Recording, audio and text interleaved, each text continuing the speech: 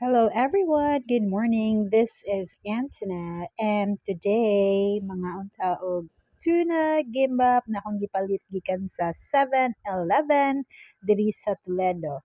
Paborito kay din ako pero mahal. Pero karon nay baligya ang 7-Eleven and sa reasonable na price. So atong tilawan kung lami ba gyud siya. So daghan kani siya actually didto og mapilian variety na ay kani and napatilain dito I forgot. So kani akong gipili tuna gimbap since dili man ko allergy og crab.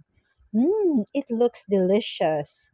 Lami kaayo and murag na ay 1, 2, 3, 4, 5, murag 6 pieces of kani. So mo ni siya. Lami kaayo murag so 6 pieces and I'm so excited na kanon ni. And I think very filling kaayo. So, I'm pretty excited right now to eat. Okay, murag kay bawo mo gamit og chopstick. Let's try. Mmm.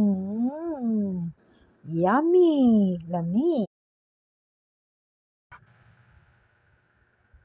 So, lami jud kay siya. Mga unta ninyo, perting lami agyud. Yummy, yummy, yummy.